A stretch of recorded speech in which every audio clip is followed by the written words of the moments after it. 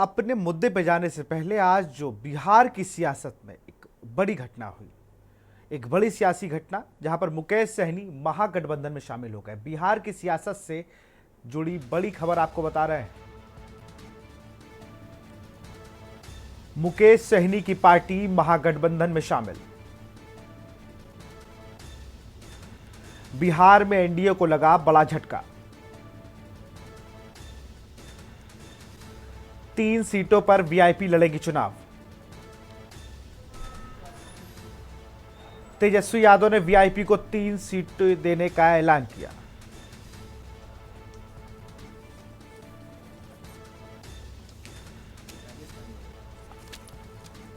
RJD ने अपने कोटे से मुकेश सहनी को दी सीटें।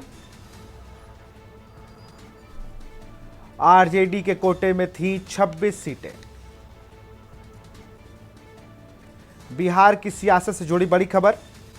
आज जब ये घटनाक्रम हो रहा था तो साल 2022 को आप नहीं भूल सकते हैं। उस तस्वीर को दिखाना चाहेंगे, फिर आएंगे कि मुकेश सहनी ने क्या कहा। 2020 में ऐसे ही महागठबंधन का ऐलान होने जा रहा था। ये वो तस्वीरें हैं।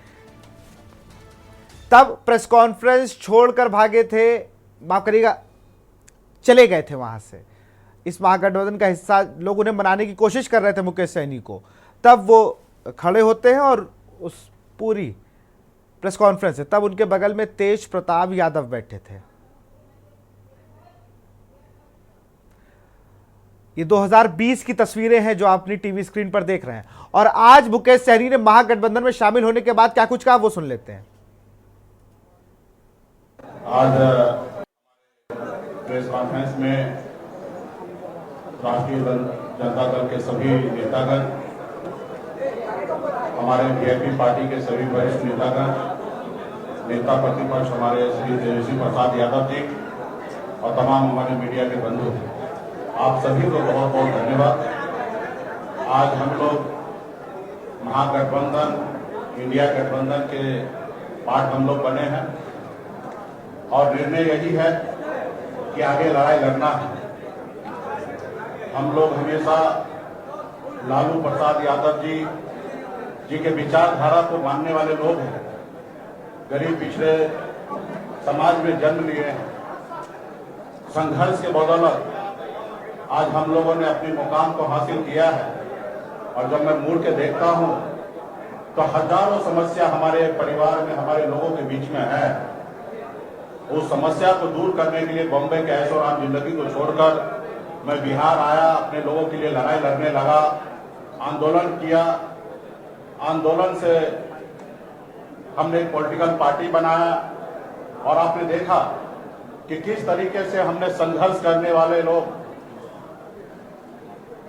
हम अपने सर उठा के जीने का हमने निर्णय लिया था। और आपने देखा कि भाजपा ने किस तरीके से हमारे विधायक को खरीद लिया, हमारी पार्टी को तोड़ दिया, हमारे सहयोग से बिहार में सरकार बनाई, उस सरकार से हमें बाहर कर दिया। और अब आज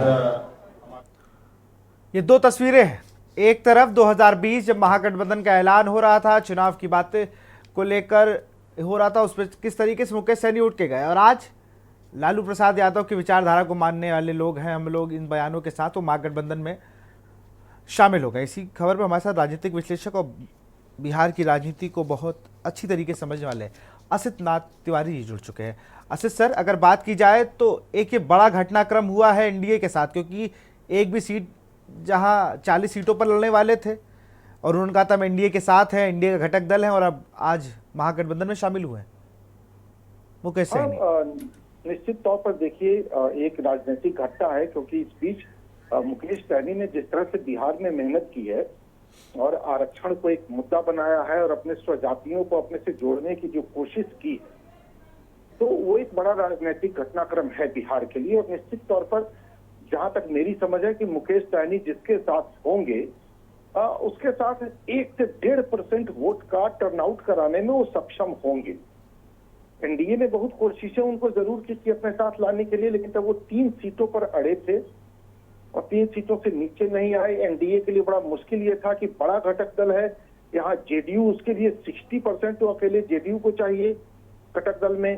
फिर उनके साथ जीतन राम मांझी जी भी हैं, उनको भी चाहिए, उनके साथ चिराग पासवान भी हैं, उनको चाहिए। तो मुश्किल बीजेपी के लिए आ रही थी और कोशिशें हुई जरूर मुकेश सहनी को एनडीए में लाने की, लेकिन बात बनी नहीं। अब मुकेश सहनी जब इन लोगों के साथ चले गए, इंडिया गठबंधन के साथ चले गए, तो 1.5 से 2% वोट भी अगर मुकेश सहनी इधर घुमाने में सक्षम हो जाते हैं तो एनडीए के लिए कड़ी चुनौती खड़ी कर देंगे वो।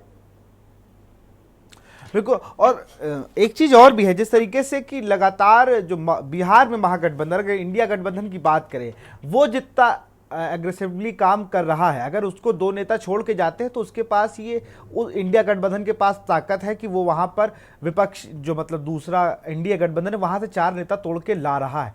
ये लगातार बिहार में हैपनिंग हो रही है। देखिए वो ठीक है, चुनाव से पहले हर राज्य में ऐसा आपको देखने को मिलेगा, कोई इधर से तोड़ के लाएगा, कोई उधर से तोड़ के लाएगा। लोकसभा चुनाव अलग तरीके से लड़ा जाता है, विधानसभा का चुनाव अलग तरीके से लड़ा जाता है।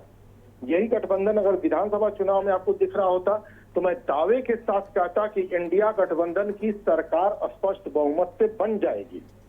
ये गठबंधन विधानसभा में दिखता तो, लेकिन ये गठबंधन लोकसभा का है। लोकसभा में वोटर अलग तरीके से सोचता है, अलग तरीके से वोट करता है। उसका ट्रेंड पिछले आप 7-8 चुनाव उठा के देख लीजिए, बिल्कुल अलग है। विधानसभा चुनाव और लोकसभा चुनाव कुछ ही दिनों के अंतर पर हो तो आपको लगेगा कि लोकसभा में जिसे लोगों ने पसंद किया, विधानसभा में उसे नकार दिया। तो ये ट्रेंड जो भी दिखे, ये स्पष्ट है कि लड़ाई है, अच्छी लड़ाई है। और कहना ठीक नहीं होता है क्योंकि अभी कोड ऑफ कंडक्ट लागू है तो कि भाई कौन लीड ले लेगा नहीं लेगा, लेकिन हाँ ये मान के चलिए कि मुकेश सहनी के इनके साथ आने से इंडिया गठबंधन को थोड़ी ताकत जरूर और थोड़ी ताकत मिल गई। सर बहुत बहुत शुक्रिया आपसे जुड़ने के लिए और इस विषय में तमाम जानकारी देने के लिए। तो मुकेश सहनी 2020 में जिस गठबंधन को छोड़कर गए थे, प्रेस कॉन्फ्रेंस से उठकर चले गए। 2 तस्वीरें हैं, ये पहली तस्वीर जो आप देख रहे हैं और दूसरी तस्वीर आज की है, आज 4 अप्रैल 5 अप्रैल 2024, जहां पर आपको मुकेश सहनी इंडिया गठबंधन के साथ दिख रहे हैं। अब क्या इस गठबंधन से असर पड़ेगा, इसे भी असित जी बता रहे थे कि 1.5% वोट लगभग बढ़ सकते हैं। अब ये अच्छी बात है कि अगर ये बढ़ जाता है तो इंडिया गठबंधन के लिए खुशखबरी है।